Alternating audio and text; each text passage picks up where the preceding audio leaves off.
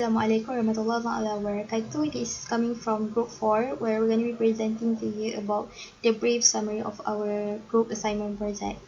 My name is Nurdini Shara binti Ahmad Samri, matrix number of AE 180035. We'll be presenting to you about the introduction.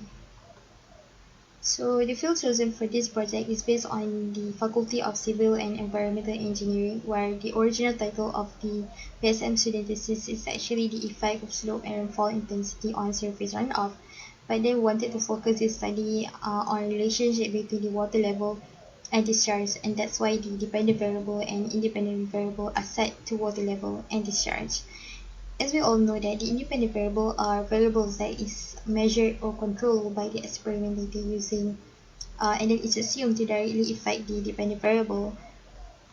So firstly, like after we obtain the 100-year data, we make sure that all the descriptive variables indicating the mean, standard deviation, minimum and maximum of the variables are present in order to estimate the regression line as well as sketching the scatter diagram. Thus, it will result in a relationship between the selected dependent and independent variables.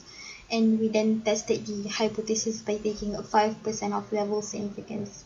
This data is then analyzed using the SPSS software as well further evaluate under Microsoft environment. That's all from me. Thank you. Assalamualaikum. My name is Anur Ashura binti Muhammad Nur Zaki and my metric number is AE180085. So today I will presenting about the simulation to find the mean, standard deviation, minimum and maximum value using IBM SPSS statistic data editor. The first step is we open the SPSS software. As we can see at the bottom of the program, there are two types of view, which is data view and variable view. Data view is used for entering the data into the data editor, while the variable view is used to define the characteristic of variable. So, for our assignment, there are two types of variable, which is independent variable and dependent variable. So, we name it the independent variable as discharge, and we name the dependent variable as water level. And then, we define all the characteristics such as start with decimal level values, missing columns, align, measure and rows depends on the variable. Okay, after finish defines all the variable, we click to the data view and then we enter all the 100 data into this data view for data editor. And to find the mean, standard deviation, minimum and maximum value, okay, we click analyze at the menu bar and then choose descriptive statistic and click on the descriptive. Okay, we just transfer the x and y variable into the variable table and then choose option. Okay, descriptive option dialog will appear, then choose what type of parameter that we want to measure. So for this first question, we want to know the mean, standard deviation, minimum and maximum. So after click on the parameter, just click continue and then click OK. So the output will show the descriptive statistic and show the minimum and maximum value, mean and also the standard deviation. So that's all from me. Thank you. Assalamualaikum, my name is Fatima and my part is to demonstrate how to make graph and how to analyze this data using the SPSS software. So first, we want to create a graph. So we click the graph and we click the legacy dialog and we choose the scatter or dot.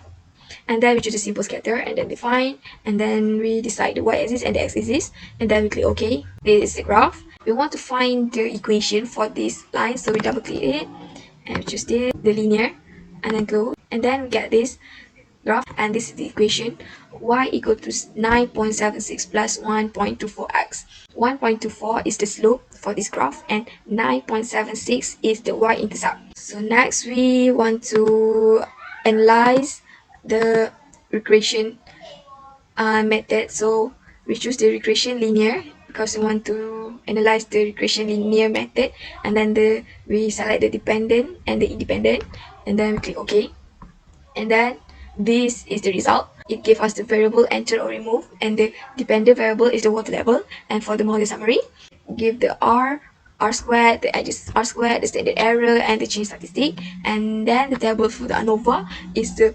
regression and residual sum of squared, the degree of freedom, the mean square, the F, and the C. The coefficient table shows the discharge, standardized coefficient, the T, and the significant. Then we want to test the hypothesis. So to test the hypothesis, we select the compare mean and we choose the one sample to test. For this, the test variable will be water level and discharge. The test value is 0, and then we click OK. Then the result from the t-test. It shows the one sample tested for the water level and discharge. For the sample t-test, it shows the result, water level and discharge for T, degree of freedom, the significant, the mean difference, and 95% confidence interval of the difference lower and upper. Next, if you want to find the Pearson correlation, we can set the analyze, and then we select the correlate and select by rate. And then we choose the water level and discharge and the correlation is Pearson because we want the Pearson. And then we click OK. And this is the result for the correlation, the water level and discharge, the Pearson correlation, the significant, and the value of n. Thank you.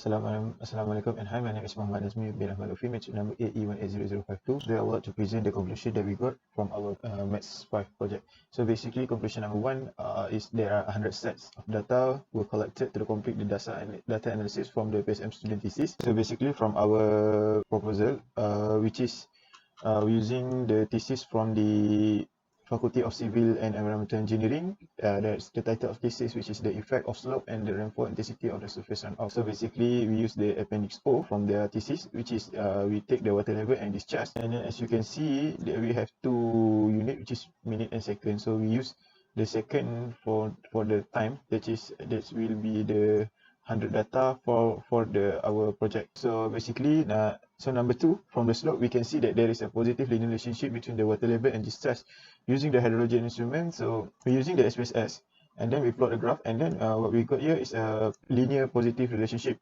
As you can see, it increases, and then the number 3, the Pearson coefficient correlation is R equal to 0.976, which proves that the association between the two variables is strong. So how to determine the Pearson coefficient? As we can see in report on 1.3.7, which is to compute the coefficient of Pearson correlation and interpret the meaning.